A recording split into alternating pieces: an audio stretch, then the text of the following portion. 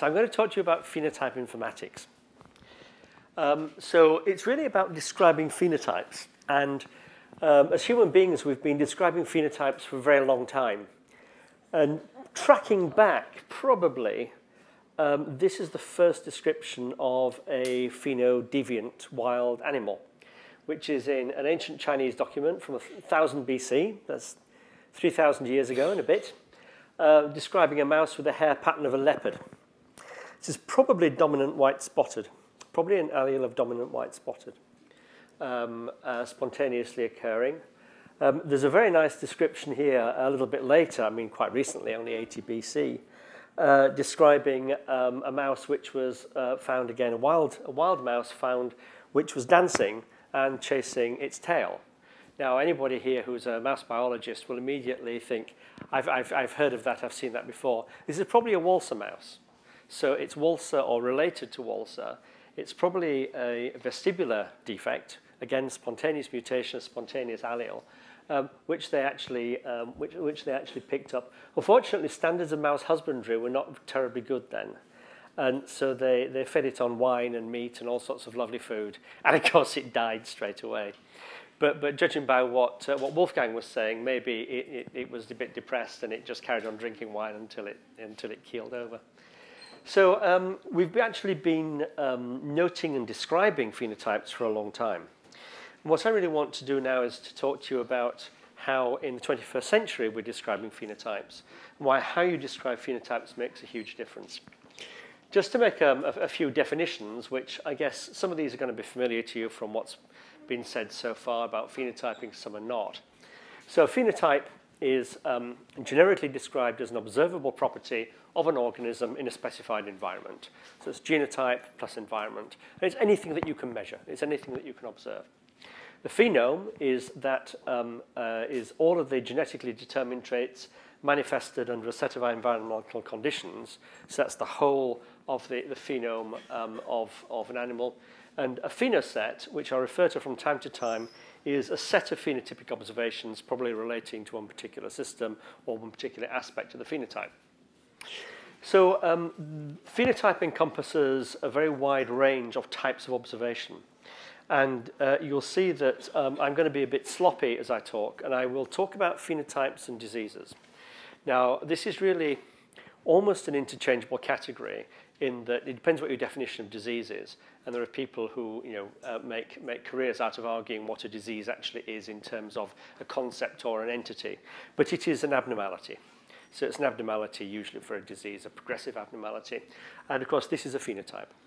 So the disease is a phenotype because you can measure it. The predisposition to a disease is a phenotype because you can measure it in a population. You can measure risk to an individual. And so diseases are phenotypes. Signs and symptoms in clinical medicine are also phenotypes. So these are observations of patients.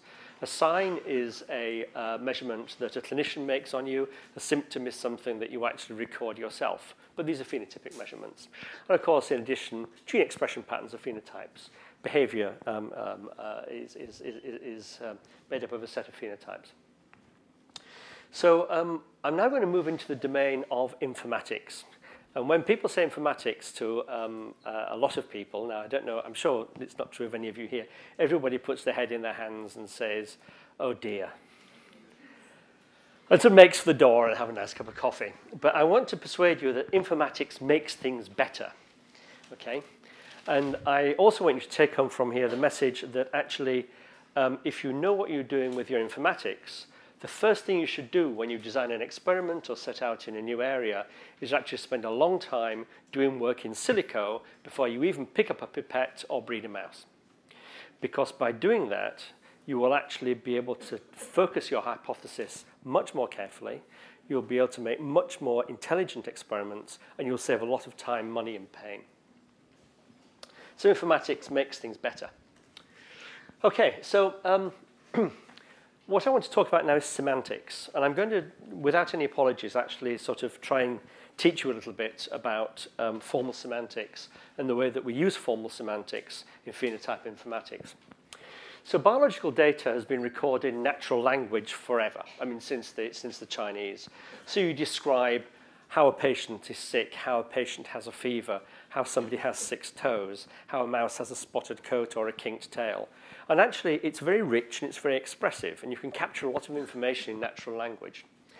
But the problem is that it's semantically ambiguous. So I'll show you some examples of semantic ambiguity in a second. And it is very hard to compute on.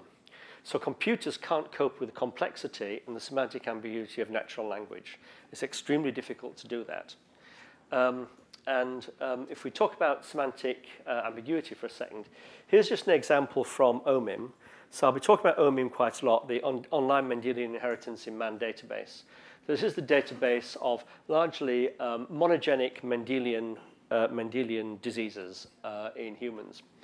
It is predominantly free text.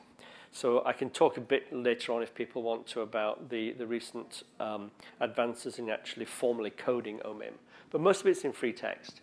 And so if you search OMIM, you can search with free text, and you have large bones, enlarged bones, big bones, huge bones, massive bones, hyperplastic bones. And they all probably mean the same thing, because they're all probably based on the same observation. So trying to use this kind of data computationally is actually almost impossible. It's very, very difficult indeed. It's very difficult to get it right. Why do we need to do that? Why do we need to compute on this information? Well, first of all, database searching is the most simple thing, finding the data that you want, and that can be quite complex. Mining data, so digging back through complex data and trying to relate data between different data sets, between different organisms, etc. And obviously knowledge transfer between databases and analytical tools. A particular interest, and this is where I'm going to concentrate on today, is complex queries between species. So we all believe that the mouse is a good model for the human. I think because a lot of us have had that experience, and I think that's the general experience. There are also other model organisms which are used as models for the human. And so you want to be able to take human data and compare it and compute it with model organism data. So you want to be able to actually get some ability, some traction between the two sets of data, as you can between the genomes. So the genomes are easy. DNA is easy. Chromosomes are easy peasy because it's simple. Because the data in the genome is simple. It's simple for computers to deal with. It's the same between all species. But phenotypes are another game altogether. So we want to be able to make complex queries and compute on phenotypes between species. And this is where we come up with a problem. There is a relatively impermeable membrane between medical informatics and bioinformatics, so model organism informatics. And this is really, it's partly historical, it's partly because of the nature of the disciplines. But on the one hand, we have disease databases, we have electronic patient records, we have clinical trials, we have clinical information. And on the other side, we have the model organism databases, which are the databases which actually relate genotype to phenotype and look at the consequences of genotypic variation. If we want to actually integrate and compute on that data, somehow this lot of data has to be able to talk to this lot of data. And that's a really, really big problem computationally. At the moment, or at least until recently, the only kind of pause between these two were the literature. So actually reading papers and collecting information from the literature. And up until recently, again, OMIM, and actually more recently, Orphanet, which is a second human Mendelian disease database, were some of the few tools which actually brought together, a few databases which actually brought together some model organism information and human information. And indeed, the interaction between OMIM and mouse genome informatics is actually really one of the best examples of how that's been brought together. But this is actually very, very laborious and very curation laborious, and again, not really amenable to computation.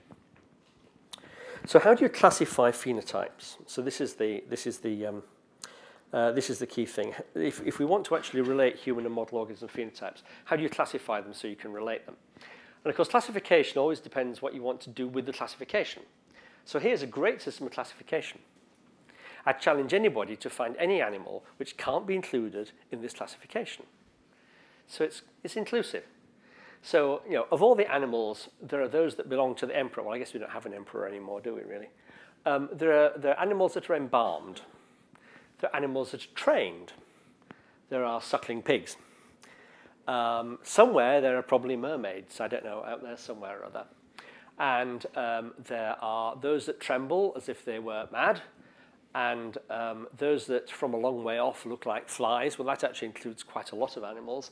And then, of course, there's that wonderful thing, I should say not, those not included in the present classification or not otherwise specified. Okay? So that's fine, it works, but it's absolutely useless for what we want to do. And this is one of the problems with the classifications we have currently, particularly in clinical medicine. So this is what we have to work with, and so this is, you know, we have no option but to start here. But actually, if you were going to classify human diseases, you wouldn't classify them this way for the purposes that we want to use them.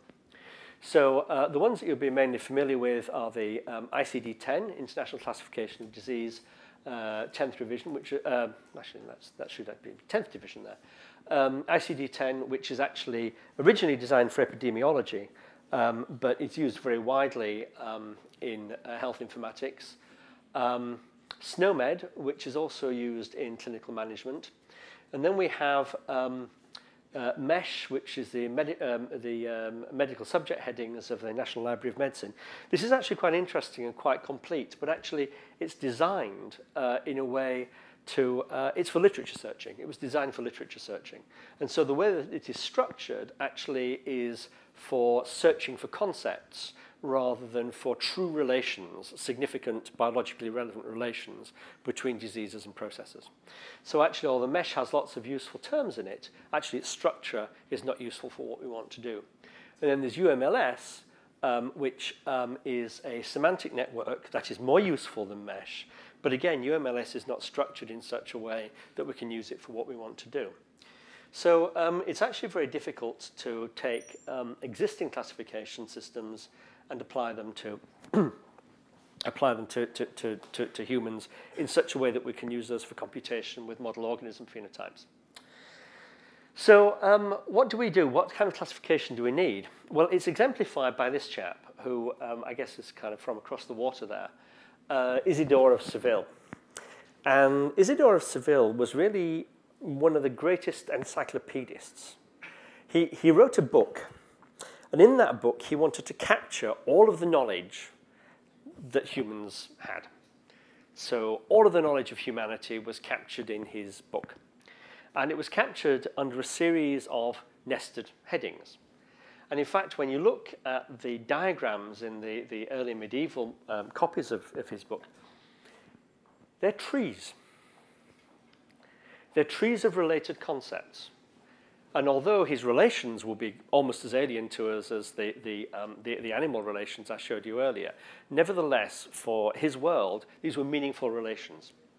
So such and such was a subclass of such and such is a such and such. Okay? And actually, all we've done in recent years is to take this concept of hierarchical relations between knowledge and formalize it into what we call ontologies. So Isidore is probably the patron saint of ontologists. So what is an ontology? You may have heard a little bit about ontologies in the meeting so far.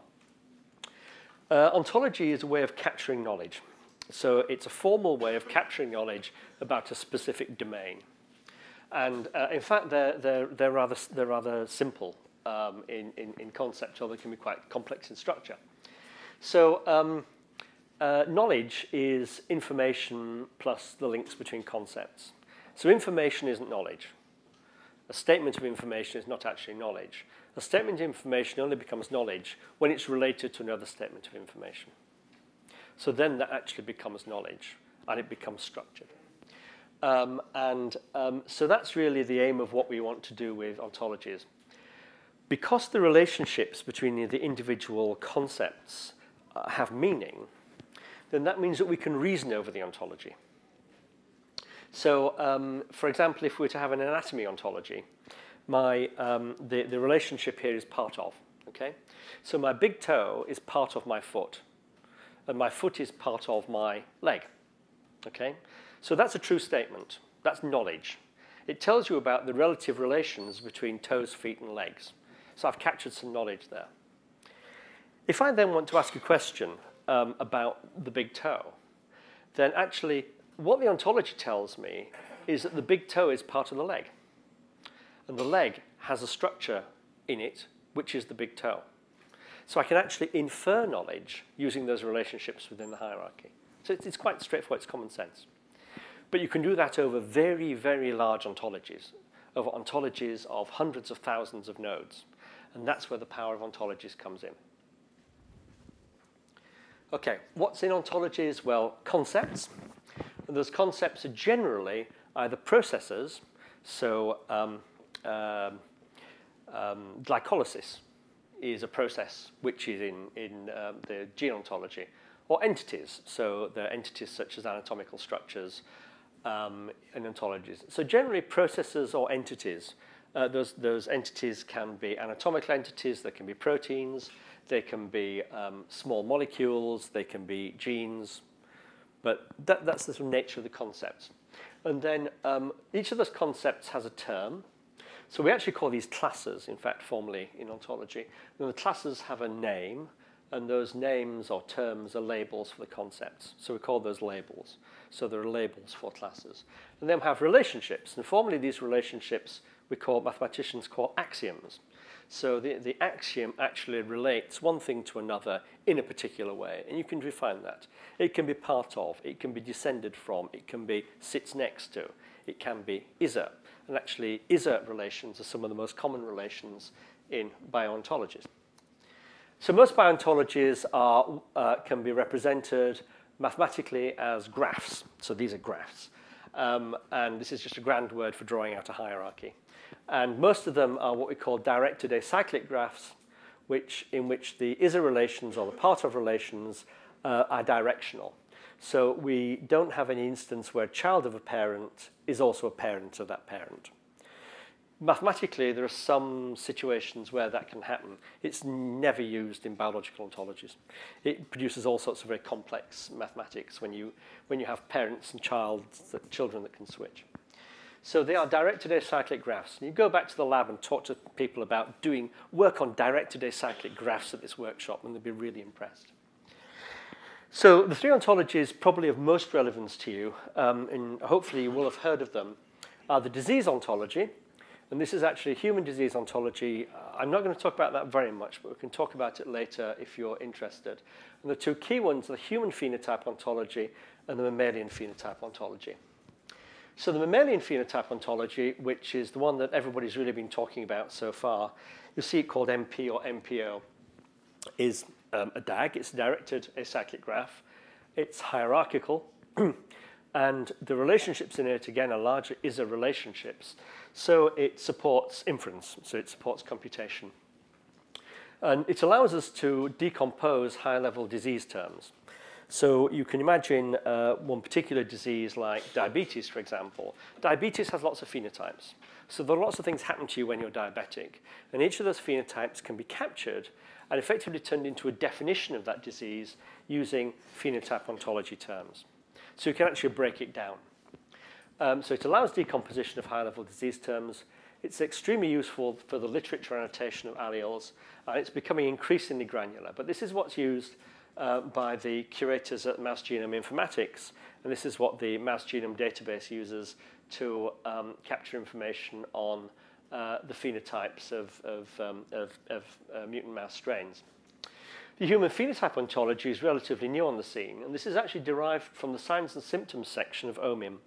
It's derived by text mining, actually, so it's rather interesting history. And there's about 7,000 HPO terms now. So this describes human phenotypes, and obviously those kind of have some relation to mouse phenotypes, but I'll show you, the two need to be matched together. Those have been used to actually annotate lots of data now. For example, OMIM itself has been annotated to the human phenotype ontology. About 10,500 terms have been used to describe 4,500 OMIM diseases. So these two ontologies are critical for what we want to do. So these are the components. These are our tools that we can actually play with. And these are what we're now using to capture and describe human and non-human phenotypes. For any plant biologists here, there's the equivalent for plants. So anything I say about mice is also true for fruit flies, it's also true for zebrafish, it's true for yeast, and it's true for Arabidopsis. So comparative phenomics, I like that, comparative phenomics. What does comparative phenomics give us? Well, from the point of view of human health, which is probably the driving force, at least behind why we're all being funded, there are lots of very interesting things that you can use it for. And this is by no means an exclusive list, but just gives you some idea.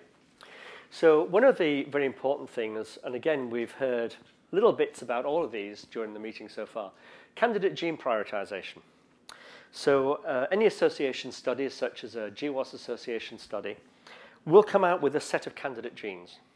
And very often, what will appear is either a spray of genes, so maybe 20 genes across the genome, or a particular interval, and that interval might have 5 genes in it. And the association, because there are no recombinations across that interval, the association study cannot tell which of those genes is the gene that matters. And there's an additional problem, because even if you sequence the whole damn lot, working out which is the pathogenic mutation is also extremely difficult. And although people use software such as Polyphen, for example, for predicting pathogenicity, it's really not very good. And so there's a big problem with actually interpreting really any GWAS data from the human at all. And although this isn't down to Wolfgang's very kind of gold standard, okay, make the mutant and see what happens, this is really the first stage to do things informatically and say, well, can we actually prioritize here? Now, I'm going to give you an example of how we've used how we've looked at 27 copy number variation syndromes in the human, and actually use model organism data to work out the genotype-phenotype relations across that area of copy number variation. So that's a treat for a little bit later on. Understanding rare and orphan diseases. There are many diseases which we have a phenotype and we have a disease entity, but we have no locus. So they're heritable diseases. They may be rare, but we know they're heritable, but there is no locus. So the question is, how do you go about, with small families, how do you go about actually finding the important mutation? Bearing in mind that you have to pull apart what's important, what's not important. If you do an exome sequence from any human being, you will find 30 to 40,000 mutations, point mutations and indels between that and the reference population. And somehow you have to sort these out. So actually, when you have no clue where your gene is, this is a big problem. Functional validation, actually working out which genes might be giving rise to which particular phenotypes gives you an idea of which pathways may be involved. If you know which pathways may be involved, then you can begin to get some idea of mechanism. Once you get some idea of mechanism, then you have insight into the disease. So functional validation, extremely important. I talked about pathogenicity, and the other thing which I'm not going to focus on very much today, but actually this approach is very important for, is development of new therapeutic strategies. So actually the relationship between drugs and drug effects and phenotypes is something which we can now exploit using this kind of technology. And at the moment there's a big push to take drugs which are called orphan drugs, where actually they have got to phase 3 clinical trials, not been efficacious, but actually they may do something, and actually repositioning those drugs for rare and neglected diseases. So how do you represent phenotypic characters? Okay, so it's going to get hard now. So this is where the science starts. Okay, how do you represent phenotypic characters? Well, what I've shown you so far have been what we call precomposed phenotype ontologies. And when I say precomposed, what I mean is that there is a term which you can understand in normal English. So the mouse phenotype and human phenotype ontologies are both precomposed ontologies. And so the example is using the mouse genotype phenotype annotation MGI. So this is a page from one of the allele pages of MGI. It gives the, here's the allele of IGF2 here. It's a targeted mutation from Wolf-Reich, actually. So I can tell that by looking at the nomenclature. You should all be able to tell that by looking at the nomenclature. IGF2 targeted mutation from Wolf-Reich. And here is a set of phenotypes. There's a maternal imprinting effect. There's a small placenta with decreased placental weight, abnormal placental transport, growth retardation, etc. So those are precomposed phenotypic terms. Okay. Oops, did I do 2 slides there? No, okay. So if I actually want to look for a human being annotated to the human phenotype ontology for these terms, then I might be able to use text matching. So here's actually human phenotype ontology and mouse phenotype ontology. We've got a little human, little mouse here. And we have one annotated to abnormality of the mandible, another annotated to abnormality of the mandible, because actually both these terms are in the ontologies. I can find that by text matching very easily. That's simple. But I can't do the same with this. Because if I actually want to relate this phenotype to this phenotype, text matching won't actually allow me to do it. So I can't just use text matching to say this human phenotype is the same as this mouse phenotype. And so what we have to do is to find a translation layer between the two, which gives us an accurate and meaningful translation. And at this point, we just need to remember, this is a good thing, a mouse is not a man. This is Robert Koch talking to his students. And so we need to be very careful about how we match certain elements of phenotype between species, because that match may not be an exact match, but it may be a close enough match to say that's interesting. Okay? So for example, a mouse might have a tail kink, and a human may have a sacrococcygeal deformity. Now humans don't have those vertebrae in a mouse tail, and the structure of the mouse sacrum is very different from that of the human sacrum. And yet, I really want to know if I've actually got these two phenotypes in my model organism and in my human. So I want to know there's something there, but I don't want to necessarily say it's the same thing. So I want some kind of flexibility. I want some kind of wobble there to give me information, to give me knowledge. So what we need, here's a couple of, again, you probably can't read this, unfortunately. So this is HPO and MPO. This is HPO down here. This is MPO here. And somehow we need to bridge these two precomposed ontologies. And to do that, what we need to do is to find things in common. So there are things in common between all organisms. So there are processes, which are common to all organisms. And there are structures, mitochondria, for example, glycolysis, lots and lots more. Red blood cells are common to both mouse and human. And the molecules, so for example, glucose, that is a molecule which is common to both organisms. And so what we need is a layer of commonality that we can actually build on between our model organisms and our humans. And to do that, what we need to do is actually to build our ontological concepts out of more basic building blocks. So we want to build them out of we want to build them out of those building blocks which both organisms hold in common. And this is what we call post-composition. So we're actually putting them together. Now, this is actually much more hard for a human being to read, unless you are used to it or a computational biologist. There are huge advantages in terms of the flexibility and the things that you can actually express when you actually make these statements by putting terms together. But it's much more difficult for annotators to use, and you need a set of constraints and rules to do it. So in fact, the strategy which has been evolved is that in fact what we have done is built post-composed ontologies underneath the pre-composed ontologies. So I'm now going to explain to you how you do that. But what that means is that the annotators and scientists can actually use the pre-composed ontology, but the definitions of those terms, which are post-composed, are actually hidden underneath the software. So the computation happens on those, and you never really see it unless you actually want to. But that actually allows you to relate the ontologies together. Okay, and the key for this has been the development of a strategy and another ontology. So this is the third ontology I'm going to talk about in detail, which is the phenotype and trait ontology.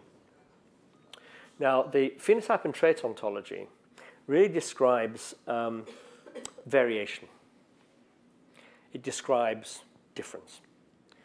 So if you think about phenotypes, you'll get all sorts of different sorts of dimensions. So, absent eyes, hyperactive behavior, no alcohol dehydrogenase, cell cycle arrest, okay? So these are actually what is abnormal. And you can actually capture that abnormality with a simple strategy, which is that of the entity and its quality. So we call this EQ. I'll be talking about EQ quite a bit. So the entity that's affected and the quality of that entity, what happens to that entity. So this is EQ. And the entities,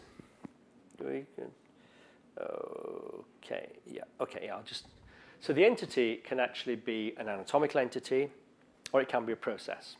Actually, there's not much else in the world that isn't actually a thing or a process, except in very, very abstract philosophy. So they're either real things or they're processes. And then the qualities of that entity, obviously, it's kind of interesting. Dividing things into entities, to real things and processes also determines which qualities they can have. So I can't have a fast apple.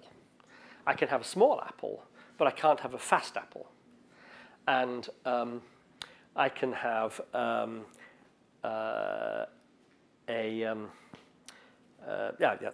you get the idea. So there's some things that you can't do. So Pato is now used extremely widely in a lot of the model organism databases.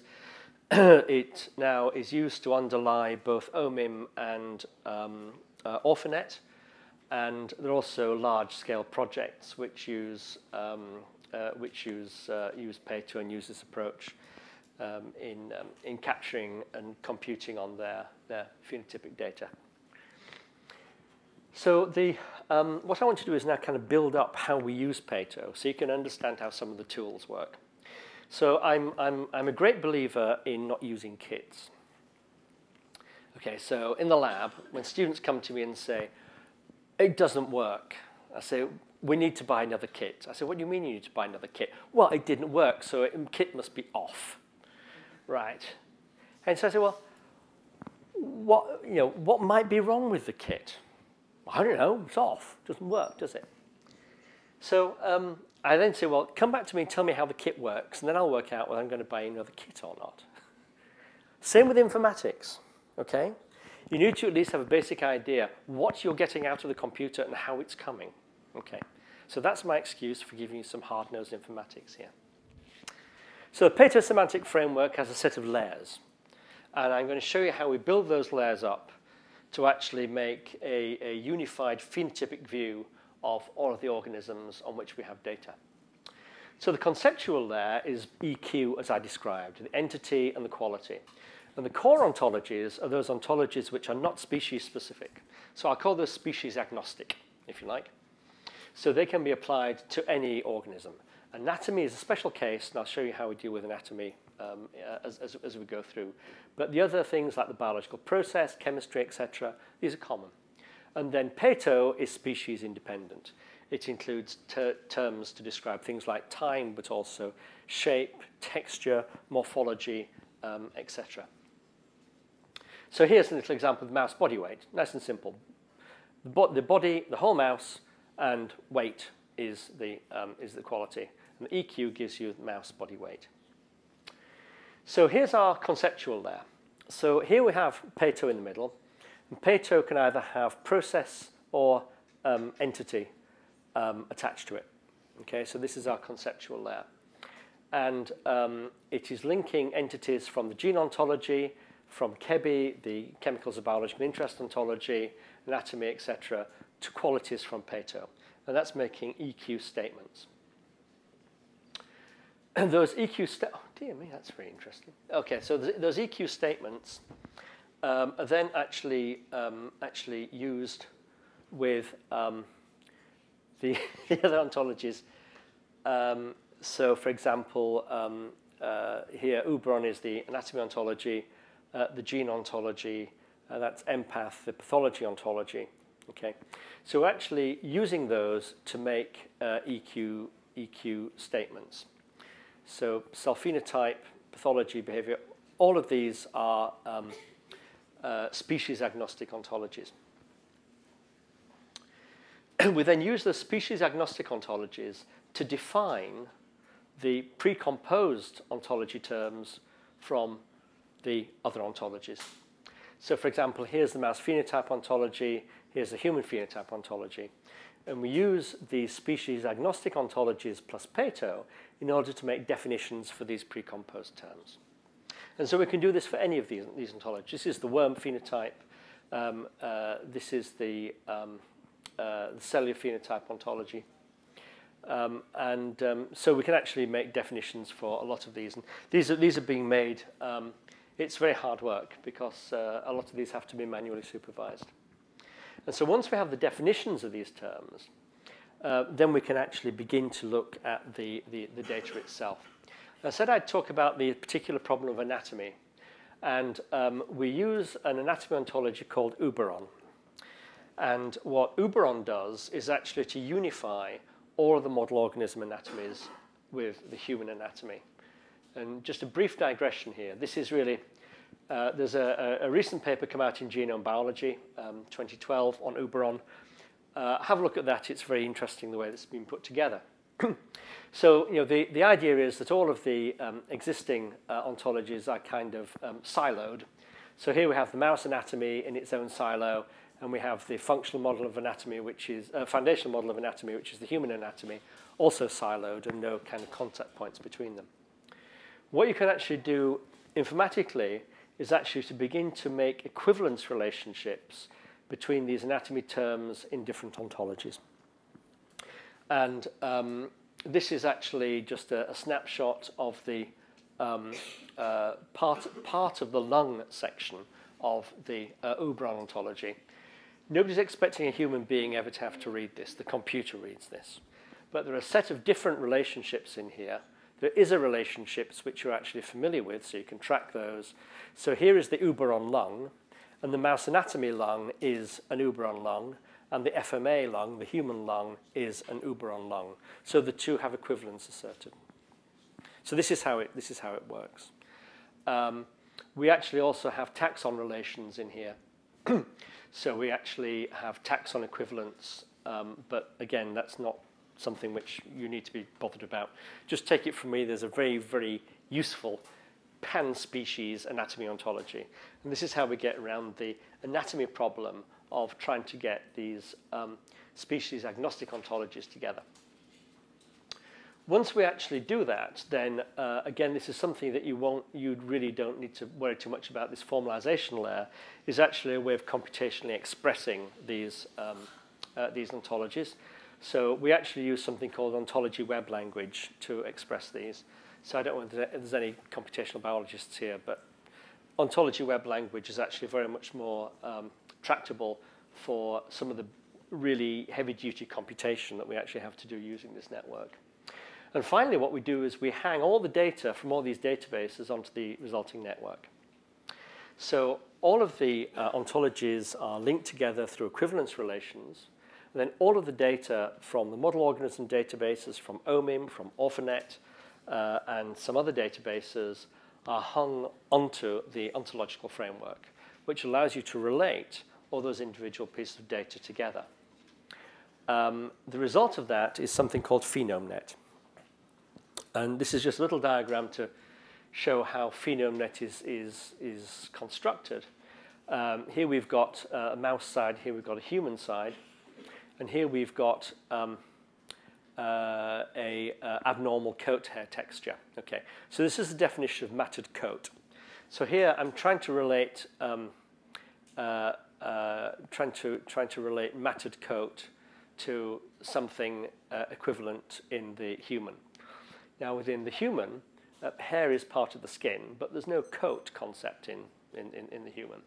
So somehow, we want to try and get some relation between it. And what we actually use is this EQ statement here.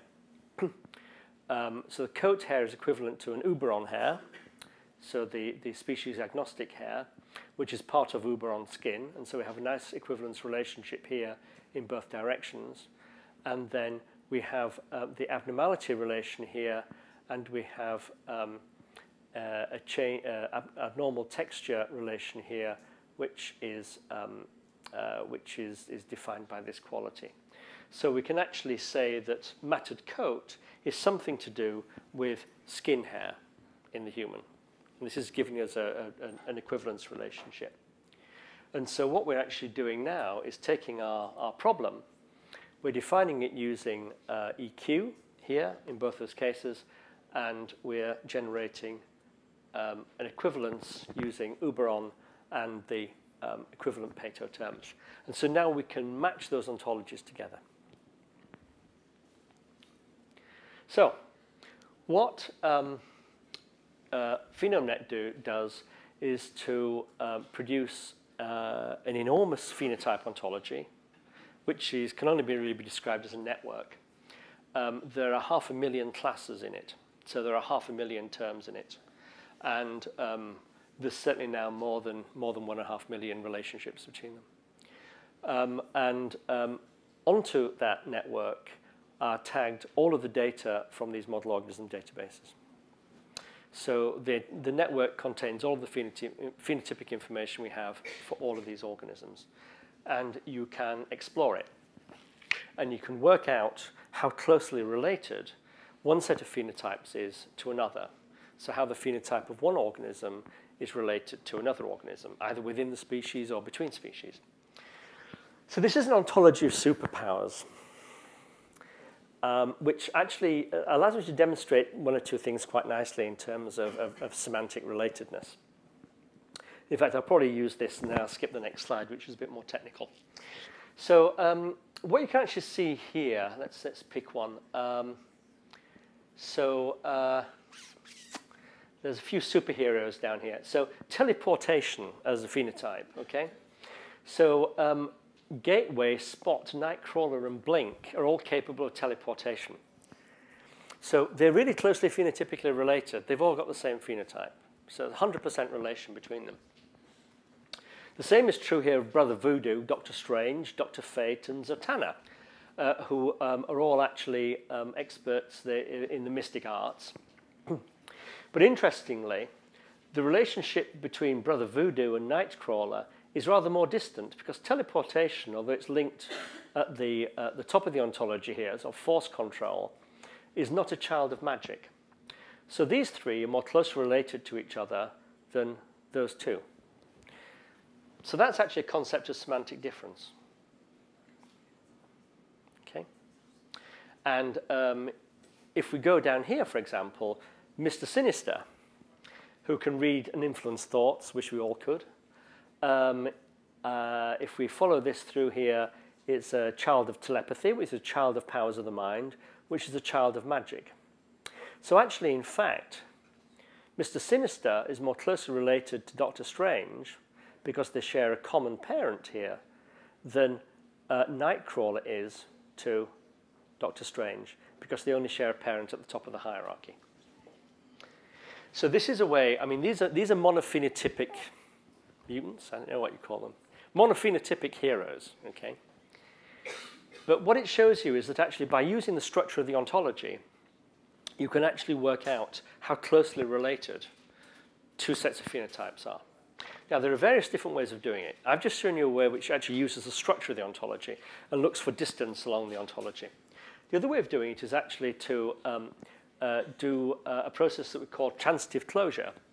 And we actually say, well, Mr. Sinister can read thoughts and influence people, but we also infer that he has telepathy, and we infer that he has powers of the mind, and we infer that he has magic because of the structure of the ontology.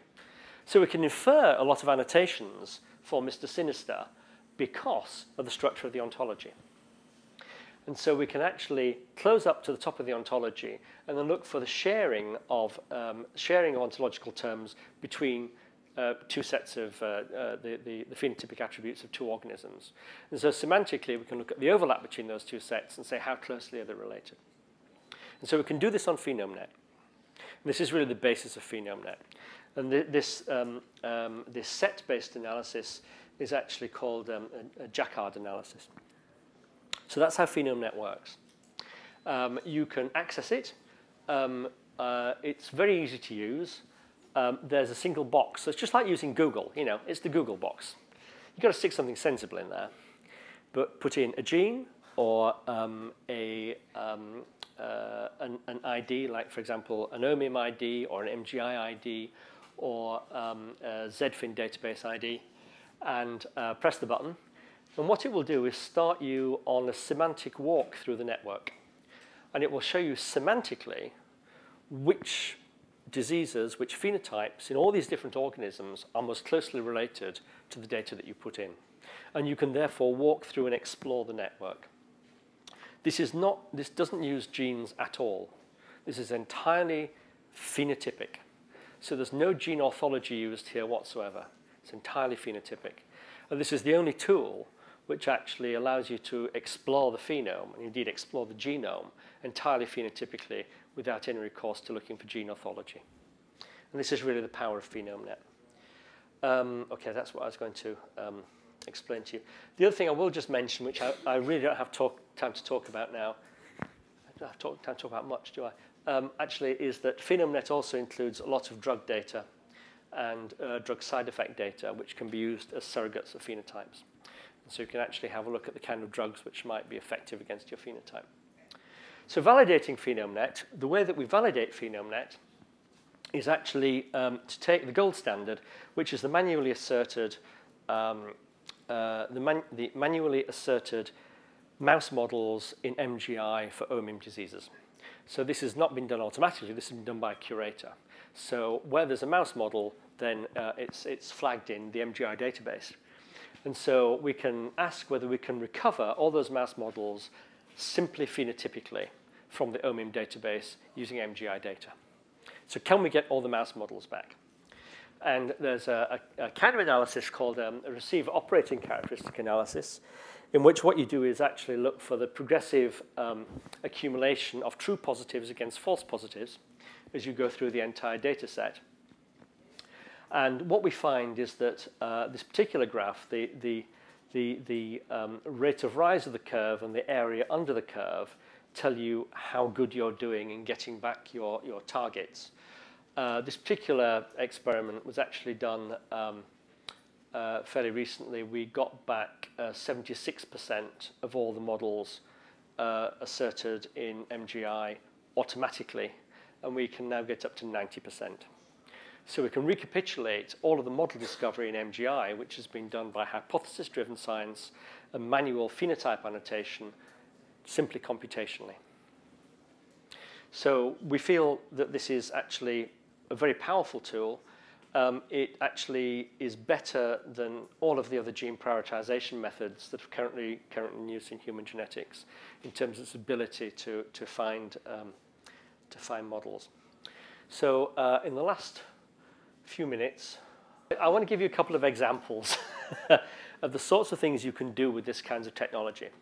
Now, the first one is actually using PhenomeNet, and the second one is actually rather more complicated, looking at copy number variation. So this is a disease called Basso syndrome. And Basso syndrome doesn't have very many patients. So there's only been a handful of patients ever described and very few families. And this was the first family, and it's a complicated syndrome. It actually has neurological, endocrinological defects, cataracts, and as you can see, kyphosis. And it's a bit of a mystery. It's a disease without a genetic location or a gene. And so we constructed a phenotypic description of Basso syndrome and run it across PhenomeNet. And we found a very, very good match to an existing mouse phenotype. There were also, interestingly, some zebrafish phenotypes, which were kind of interesting. But the mouse phenotype was very striking. So this is actually the description from the AlphaNet output, which you also get from PhenomeNet. And so the Basso syndrome has kyphosis, hyperextensible joints, hypertonia. It's actually it's probably neurohypertonia, muscle hypertrophy, abnormal gait, cataract, hypergonadism. And the mouse model that we found has abnormal spine curvature, abnormal muscle morphology. It does have hypertonia, has abnormal gait, hyperactivity, it has tremors, it has cataracts, and it has testicular atrophy. And when we actually then looked wider in the literature, we found even closer relations when we actually looked at some of the papers that hadn't been curated by MGI. So simply phenotypically, we found this model. It turns out to be Huntington interacting protein. So HIP1 matches extremely well. And this is just a couple of the papers, just a picture from the paper showing you the extreme kyphosis in the HIP1 mutant mouse, which is almost identical to that in the human. So the human syndrome is actually a little bit variable, and it's been diagnosed over quite a long period of time. So the quality and the consistency of the diagnosis obviously differ from the original diagnosis. But we're pretty convinced it's a very good match. Unfortunately, we have not yet been able to find a living Basso syndrome patient because it would then be very easy to test this hypothesis, trivially easy to test the hypothesis. So if you want to have a look at that in a bit more detail, it's just come out in Interface Focus, the Royal Society's journal, and it was published 21st of February. So I don't actually have this is the reference, but you can find it by looking at the journal. And you can look at what we did in a bit more detail. Okay, so the second example I want to show you is actually using the model organism phenotypes, not using PhenomeNet, but using the model organism phenotypes and the combined phenotype ontology, if you like, to pull apart the nature of copy number variation syndromes in humans. So copy number variations are very common. And about 35% of the genome shows copy number variation.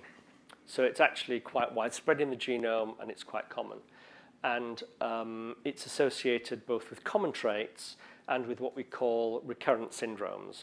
So where there is a particular syndrome which occurs time and time again due to a rather defined variation in copy number.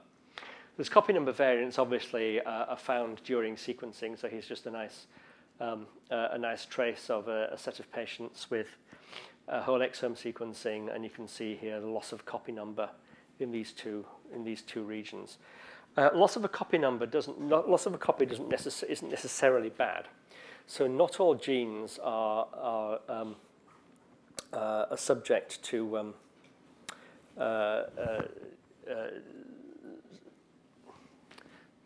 the word eludes me. So not all genes actually need 2 copies, but some do. So dosage isn't important all the time, and indeed, doubling the copy number of some genes doesn't matter, but it does for others. So there are ways of kind of predicting whether a gene within a region of copy number variation might be pathogenic, but these are rather theoretical. It's kind of interesting. So what we do is actually we took 27 copy number variation syndromes from Decipher. So Decipher actually has been collecting together large amounts of information on recurrent copy number variants. And those included some of the microdeletions or recurrent microdeletion syndromes, and some syndromes which will be familiar to you, like Williams-Byrne syndrome. So Williams-Byrne syndrome, so I just use this as an example, but bear in mind we did actually 27 of these. It's a sporadic gene deletion, quite rare. 1 in 20,000 live births is pretty rare. And you get effects on multiple systems. Effects on behavior, mental retardation, etc., IQ.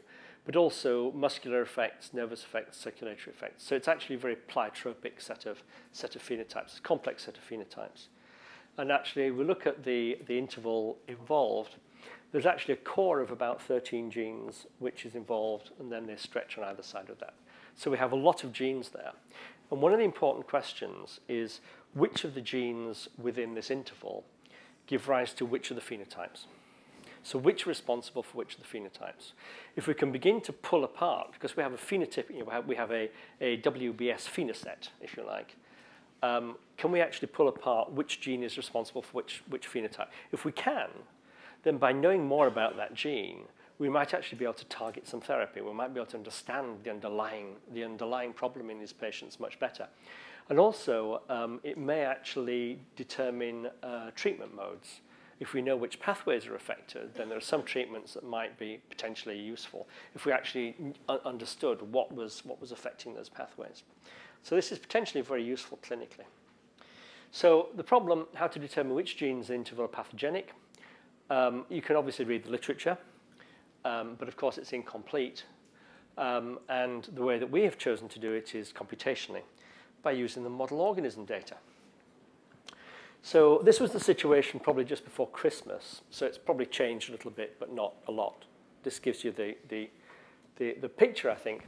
So these are the lists of genes which have phenotypic annotations. So there are 1,800 human genes with orthologs. Bear in mind, not all genes have orthologs. Most do, but not all do.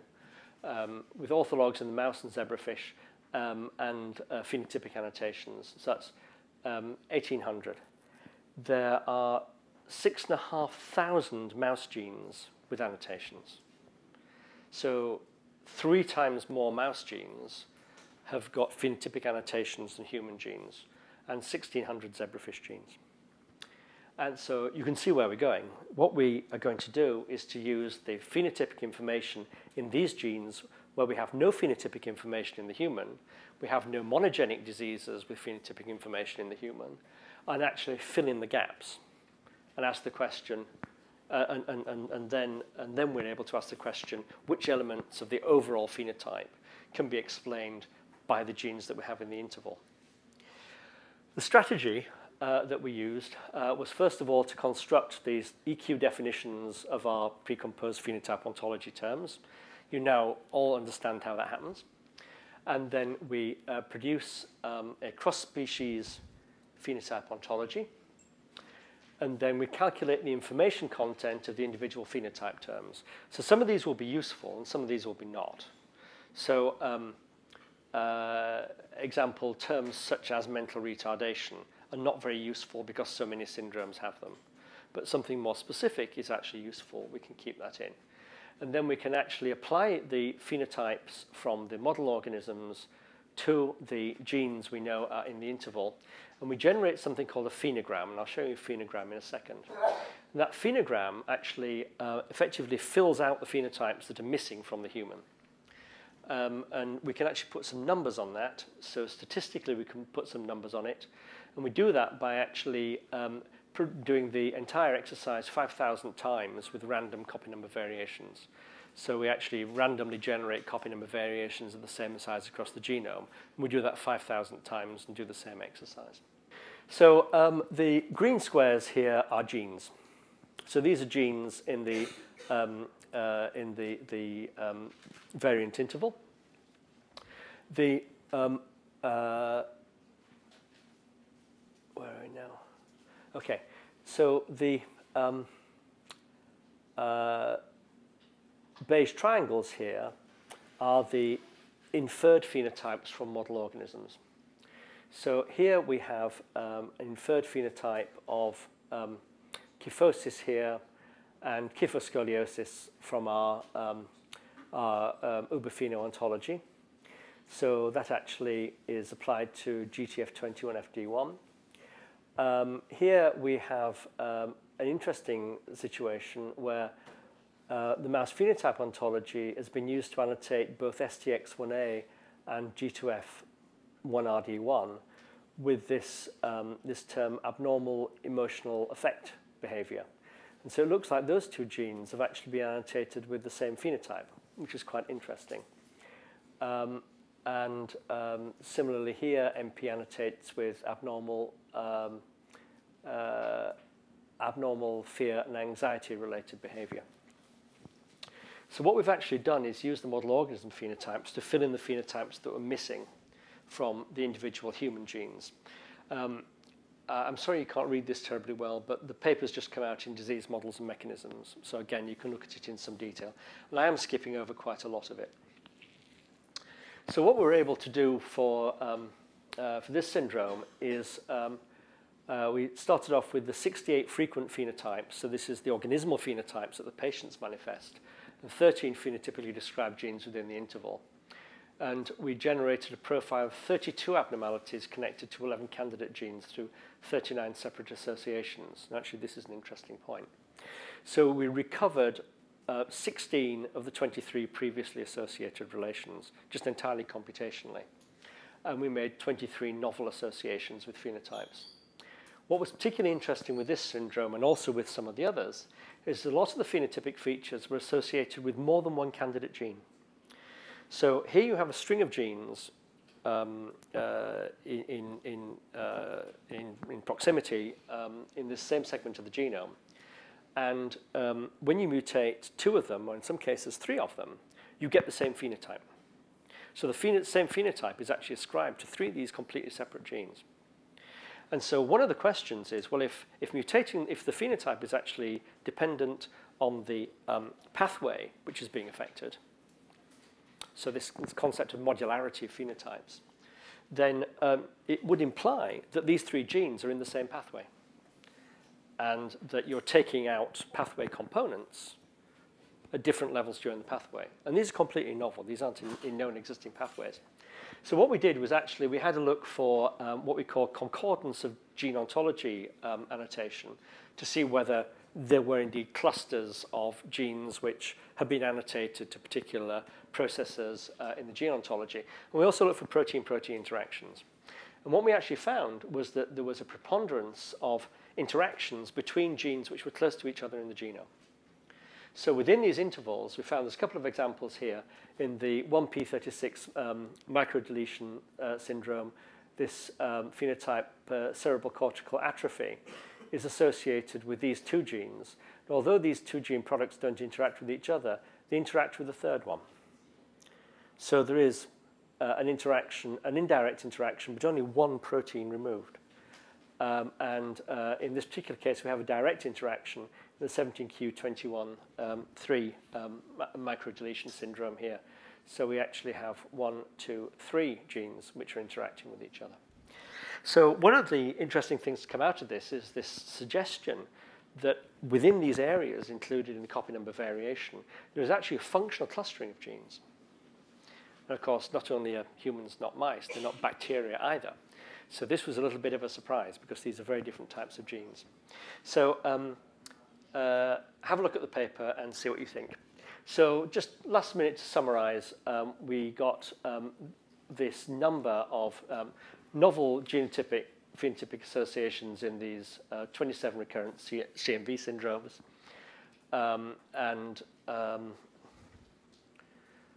If you have a look at the numbers, we've got, of the 27 syndromes, we've got 346 new gene phenotype associations, of which 258 came from the mouse. So only 65 came from looking at human, 30 from the zebrafish, and 258 from the mouse. And if you want no better example as to how important the mouse is as a model for the human, that 258 there is actually a key figure. Okay, so I'll let you all go for a break now. Take-home messages. We can now compare phenotypes within and between all species on the basis of semantic similarity with objective metrics. So we can put numbers on the similarity. We can allow integration of any data which is linked to phenotypes or diseases, such as drug data, side effect data, biological networks, gene expression, protein-protein interactions. As long as it's been linked at some point to a phenotype or a disease, we can link it together. And this just mobilizes enormous amounts of data which is out there in public databases. And we're only limited by the quality and the quantity and the completeness of the data that's available. Okay. Thank you.